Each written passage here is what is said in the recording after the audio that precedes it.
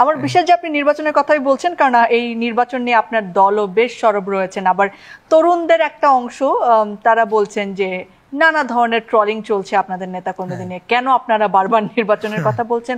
অনেকে আবার বলছেন গণভোটের মাধ্যমে ইউনূস সরকারকে 5 বছর রাখতে হবে, অনেকে আবার বলছেন সংসদ নির্বাচনের সাথে সাথে আবার গণপরিষদ নির্বাচন করতে হবে। এনসিপির যিনি প্রধান রয়েছেন জনাব নাহিদ ইসলাম, তিনি বলছিলেন যে প্রশাসন এখন বিএনপি দ্বারা নিয়ন্ত্রিত, এখন নির্বাচন কখনোই হতে পারবে না। সো নির্বাচন নিয়ে আসলে কি বলবেন, যে কেন একটা দ্রুত নির্বাচন দরকার এখন? আচ্ছা, প্রথম কথা হলো যে আমাদের নির্বাচনের দাবিটা কিন্তু নতুন না। আমরা সেই 2011 সালে যখন তত্ত্বাবধায়ক সরকার ব্যবস্থা বাতিল করা হয়, তখন থেকেই আমরা একটা নির্দলীয় নিরপেক্ষ তত্ত্বাবধায়ক সরকারের অধীনে আমরা একটা নির্বাচনের দাবি জানিয়ে আসছি। এই 17-16-15 বছর ধরে আমরা একই আমাদের বয়ান, আমাদের একই কারণে আমাদের লড়াই অব্যাহত রয়েছে, এটার কোনো পরিবর্তন আসে নাই।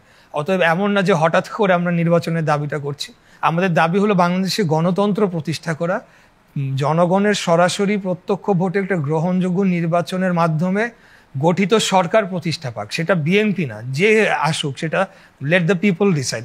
বলা হচ্ছে যে নির্বাচনের কি দরকার, এরকম একটা কথা কিন্তু কোন কোন জায়গা থেকে প্রচার করা হচ্ছে। এটা কিন্তু সংস্কার না হয়ে নির্বাচন হলে আমরা কোন সংস্কারের ব্যাপারে তো যদি দেখতে হয়, আপনি হিস্টোরিক্যালি দেখবেন যে বাংলাদেশের মেজর যে সংস্কারগুলো এসেছে সেগুলো ট্রেডিশন আপনি স্টাডি করলে দেখা যায় যে বিএনপির হাত দিয়ে এসেছে। মানে আপনি একদলীয় বাকশালকে বিলুপ্ত করে বাংলাদেশে গণতন্ত্র পুনর্প্রবর্তন করা, এটা কি সংস্কার না? এর চেয়ে বড় সংস্কার কি 71 পরবর্তী সময় বাংলাদেশে আর হয়েছে? ডেফিনেটলি হয় না। তো সেটা কে করেছেন? এরপরে আপনার তত্ত্বাবধায়ক সরকার ব্যবস্থা 96 সালে ওটা কোন দল এটার ব্যবস্থাটা প্রবর্তন করেছে? 2022 সালে সে প্রথমে 29 দফা, পরবর্তীতে 31 দফা, অর্থাৎ হাসিনা পালিয়ে যাওয়ারও 2.5 বছর আগে বিএনপি কিন্তু 31 দফার সংস্কার প্রস্তাব করেছে। এখন দুটাকে তো মুখোমুখি দাঁড় করানো মানে এটা একটা অপচেষ্টা যে নির্বাচনকে কোনোভাবে পেছানো যায় কিনা, সেটার একটা। আবার দেখা গেল যে বিচার আগে না নির্বাচন আগে, এটা তো রেলেভেন্ট না। হ্যাঁ, রেলেভেন্ট যেটা সংস্কার, আমরা চাই যে নির্বাচনটা সুস্থ, সঠিক এবং জনগণের আশা আকাঙ্ক্ষার প্রতিফলন হচ্ছে কিনা সেরকম একটা নির্বাচন অনুষ্ঠান করার জন্য যা যা প্রয়োজনীয় সংস্কার সেগুলো আগে করা হোক। আপনি এখানে পুলিশ প্রশাসনের সংস্কারের প্রয়োজন রয়েছে। ইতিমধ্যে আপনি আমাদের যেমন 31 দফার একটা দফা ছিল যে তত্ত্বাবধায়ক সরকার ব্যবস্থা পুনর্প্রবর্তন করা হবে, সেটা ইতিমধ্যে কিন্তু কোর্টের একটা রায়ের মাধ্যমে পঞ্চদশ সংশোধনীর আংশিক বাতিলের মাধ্যমে এটা পুনর্প্রবর্তিত হয়েছে। এখন সেটাকে স্থায়ী রূপ দেওয়া যেতে পারে। আর নির্বাচন কমিশনকে যদি ঢেলে সাজানোর কোনো বিষয় থাকে, এবং আমাদের ফলাফল ঘোষণা কিভাবে হবে, এখানে ব্যালটে হবে না ইভিএমে হবে, এবং পরবর্তী নির্বাচনগুলো যাতে আবারও কোনো পরবর্তী সরকার এসে যাতে হাসিনার মতো সেটাকে কুক্ষিগত না করতে পারে, সেই ধরনের রিলেটেড যে সংস্কারগুলো, সেগুলা আমি মনে করি যে ওটাই দরকার। কারণ আপনি যদি পরবর্তী নেক্সট সরকার যারাই আসুক তারা যদি অপকর্ম করে যাই করে, তাহলে তো তারপরের ইলেকশনে জনগণই তাদেরকে আউট করে দেবে। আর জনগণ যদি মেজরিটি সংখ্যক চায়, তাহলে তো এটা আপনি বাধা দেওয়ার বা আমি বাধা দেওয়ার কে, তাই না? বর্তমান সরকার তো রয়েছে হলো গিয়ে, এটা বলা যায় যে ছাত্রদের সরকার বলা হচ্ছিল কোট আনকোট, বা এনসিপির সরকারও কেউ কেউ বললেও এটা ভুল হবে না, কারণ তাদের প্রতিনিধি এখনো কয়েকজন সরকারে রয়েছে। তাহলে তাদের সরকার, তাদের প্রতিনিধি রয়েছে সরকারে, প্রশাসন আমাদের কথা শুনে, এটা কি কেউ বিশ্বাস করবে? এটা কেউ বিশ্বাস করার কোনো সুযোগ নাই। তবে গণপরিষদ এবং সংসদ নির্বাচনের এই দাবি থাকতেই পারে, মানে দাবি আসাটা তো অযৌক্তিক কিছু না, সেটা নিয়ে টেবিলে ডিসকাশন হোক, কিন্তু নির্বাচনই হবে না এটা না হলে। এরকম কথা যখন বলা হয়, যেটা অনেকটা হাসিনার মতো হয়ে গেল যে আমি দিব না, আসলে আসো, নাহলে নির্বাচন আমি করে ফেলবো, তো আমার মতো করে দিব না, এটা ঠিক না।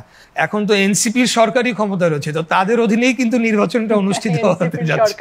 এনসিপির কার্যক্রম কেমন দেখছেন ইশরাক ভাই, একজন তরুণ হিসেবে তরুণদের রাজনীতি? আমি তো আগে যেটা বললাম, আমি তরুণদের রাজনীতিকে সমর্থন করি, এবং 5ই আগস্টের পর থেকে তারা যখন রাজনীতিতে আসলো, পার্টি গঠন করলো, আমি বিভিন্ন মহলে কিন্তু তাদের পক্ষে সাফাই গিয়েছি এবং তাদের সমর্থন করে আসছি, এখনো করে যাচ্ছি।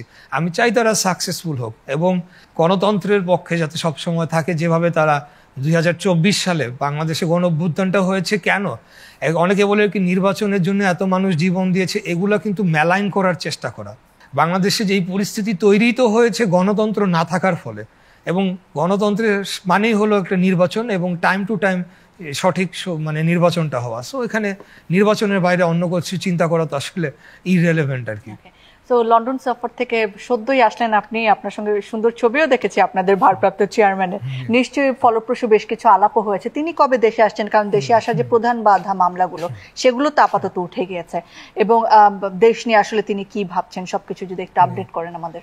বাংলাদেশে বর্তমানে যে অন্তর্বর্তীকালীন সরকার রয়েছে তাদের যে কার্যক্রম সেটার সাথেও কিন্তু ওনার দেশে ফেরার একটা সংযুক্তি রয়েছে। এটা নিশ্চয়ই ভালোভাবে আমরা যারা মাঠে রয়েছে আমরা অনুধাবন করতে পারি, এবং উনি যখন আসবেন সেখানে লাখো জনগণের সমাগম এমনি হবে। তো একটা পাওয়ার ব্যালেন্স শিফট হওয়ার বিষয় রয়েছে বলে আমার ব্যক্তিগত ধারণা। তো সব কিছু বিবেচনায় নিয়ে উনি যথাসময়ে অবশ্যই আসবেন। দেশকে নিয়ে উনি কাজ করে চলেছেন।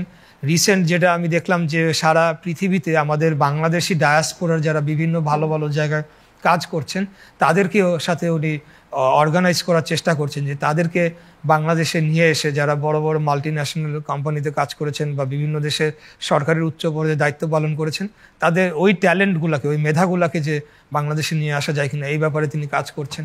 তো আমাদের কার্যক্রম কিন্তু ওনার নেতৃত্বে কন্টিনিউয়াস চলমান রয়েছে, এবং অবশ্যই উনি দেশে আসবেন, এবং সেটা তখন তো দেশবাসী জানতেই পারবে যেদিন আসবে। 5ই আগস্টের আগে তো আপনারা রাজনৈতিক কর্মকাণ্ড এরকম করতেই পারেননি, আপনাদের নেতাকর্মীদের বিরুদ্ধে মামলা দেওয়া হয়েছে, তাদেরকে জেলে ঢোকানো হয়েছে, তারা পালিয়ে বেরিয়েছেন।